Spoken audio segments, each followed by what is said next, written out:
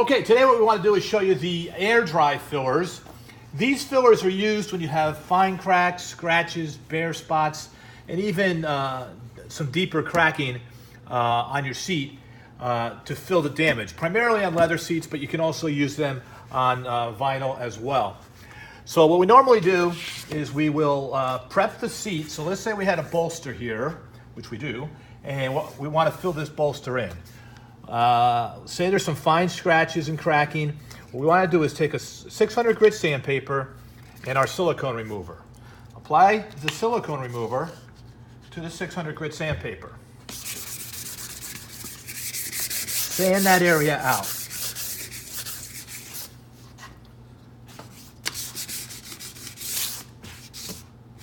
That will tack up the area. The area will stay tacky for a few seconds because of the silicone remover. And that gives us a clean surface to now apply our products.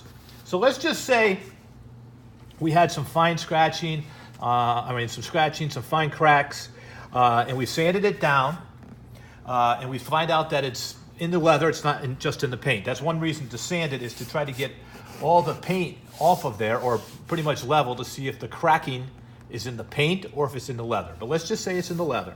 The fastest way to fill that damaged section would be with XR10. This is a premier product. I use this all the time. This will fill the area, fill fine scratches.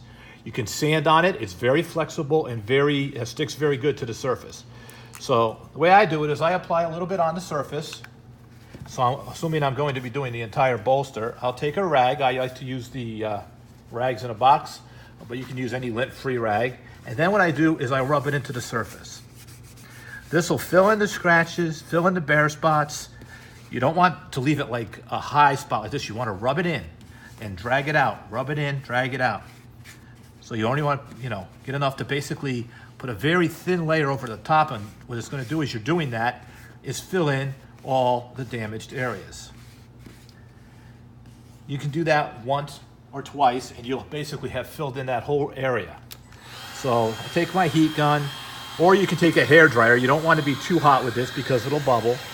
And I just put some warmth on there to get it to dry real quickly. Here in Florida in the summertime, it dries almost instantaneously, so you have to move relatively quick. And you may have to do a section at a time. So once I've gotten to this point, I've filled in my scratches. I can then sand this, and now I'm ready for paint. So it's very fast and effective. Now, let's say the cracks are a little bit deeper. Still not through the leather, but they're split open. So in that case, what I'll do is I'll do this process. I'll apply this to the fine scratches. Then I'll take some more of this, and I'll apply it to where a deep scratch might be, okay? Again, what I'll do then is I'll rub it into the crack. I'll work it right into that crack. If there's a deep crack here, I'll work it right in, just like this. Okay? Then, once I've got it worked into all the deep cracks, I need to fill it, so I need something with a little bit more body. In that case, I'll use XR12. XR12 is very thick, very heavy compound. Air dry, but it's thick, so it fills fast. So once I've basically primed the area with the XR10, I come over that area and I fill it with a XR12. Now, keep it in thin layers. I can't say this enough. Thin. Spread it thin layers. Do not glob it high.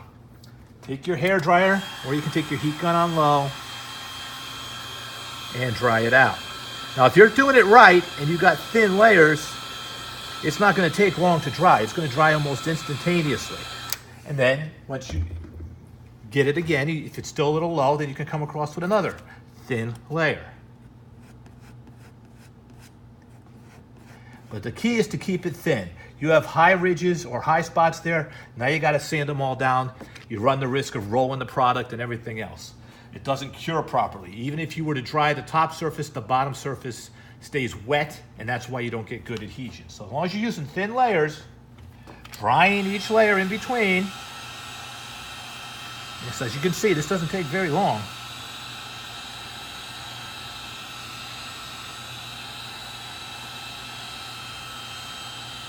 sure you get it good and dry. Like I said, in the hot temperatures, it'll dry on its own. Then you want to make sure it's cool, so you can take a chill bar, cool that down before you start sanding on it. But now you'll be able to sand on it once it's cooled off. Let the chill bar do its job, absorb the heat, takes a few seconds. Now I'm ready to sand it. And then I can sand it smooth. Once I sand it smooth, then we can apply a texture on that by spray texturing it, just to get a little bit of texture, or with texture paste. We'll go over that in another video. After that's done, then we're ready for color, and we just apply the color. That's basically the way you use the air dry products. All the air dries are the same as far as how they are used. They have to all go on thin layers. Some are thicker, some are a little bit thinner.